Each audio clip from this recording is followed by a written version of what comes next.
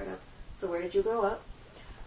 I grew up mostly in, well, there were three places basically. When I was very young, we lived in Mexico, Maine, and we used to go up there and live with my grandfather, my paternal grandfather, up until the summer I was 8 was the last summer we went up. And that was during World War II, so people were encouraged to have gardens. He had a big garden. My mother would go up there, she would can, and then they would bring the canning to Biddeford where we lived. Then when I was 9 years old, we moved to Arundel, and that's where I spent the rest of my growing up. We spoke French and English, and sometimes I get things mixed up. At home, back then, when we lived in Biddeford, we lived in a French neighborhood. We all went to a French school. We played outdoors. In the house, we spoke French all the time. We were learning English in school. Also, my grandfather, my father's father, the one who lived in Mexico, his neighborhood was English.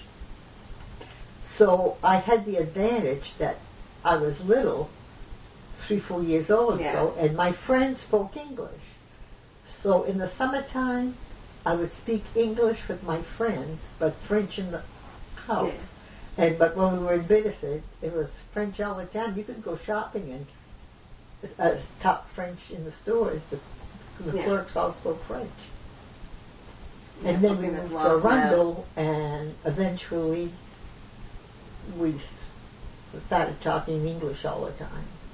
Yeah, because I don't think Arundel's made of any real communities. It's just a small town from what I've experienced. So, but in the neighborhood there was, there were kids, and the ones right across the street from us, well, the road, that weren't really streets, they were French. And then another family moved in a little further down. They built a house. They spoke French. So among ourselves, sometimes we'd speak French, but everybody else moving to Arundel was the best thing that could have happened to me school-wise.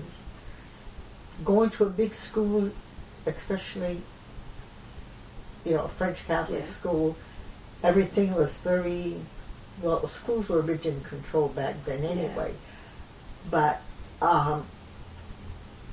you had to memorize things. It's like, it didn't seem to matter whether you understood it or not, as long as you repeated it word for word. Like, that's the feeling I had. And I didn't like that. I got good grades, but I did not like school. Kindergarten, first and second grade, I didn't like school. And those are supposed to be the really fun times at school now. And then we moved to Arundel, and there were 3 of us in the 3rd grade. And I get my work done in the breeze. Nobody was constantly asking me to memorize things. Except so I really ended up liking school and wanting to learn. So to me, that was the best thing that could have happened. Yeah, it goes along with studies if they're finding now. Each kids learn differently, they set their own pace. But clearly you didn't fit that style that you were taught. I did not fit the style that you have to stand in a line around the classroom and do whatever was the lesson of the day. And if you got it wrong, you had to move down a spot so everybody knew you were the dummy. Everybody knew who wasn't the smartest kid in the class, because that poor kid was at the end of the line, It was supposed to be to encourage you, but to me it was... I was usually near the front, but I didn't like... I said we always spoke French when we lived in Biddeford. Everybody, like I said, we all went to St. Joseph's School. A family moved in upstairs from us who were Irish, and the little girl went to St. Mary's, so they didn't speak French. So we started speaking English when we were outdoors playing, so she'd be included. Oh, but that's nice. Can you imagine being the only kid in the neighborhood who couldn't speak French? Well, especially since they were Irish. Irish and the French apparently didn't get along too well. Well, I imagine they were Irish because St. Mary's was always called the Irish church, Yeah. So how did you like living in New Hampshire? I didn't. That's okay. I can see why. And it was the second place we lived wasn't so bad, but the first place.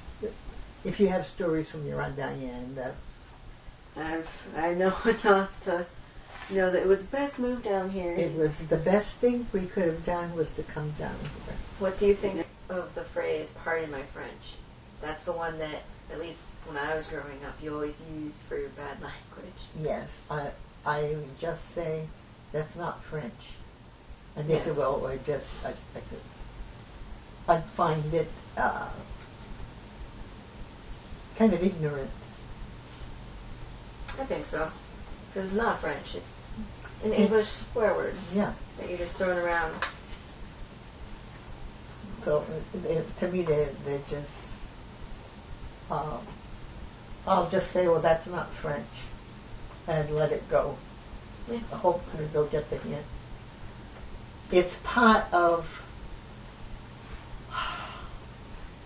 to me it falls in the same category as people using derogatory terms for African Americans or the gay lesbian community.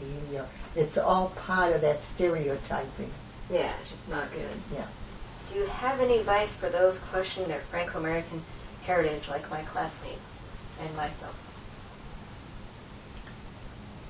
Do I have any advice for someone with Franco-American heritage?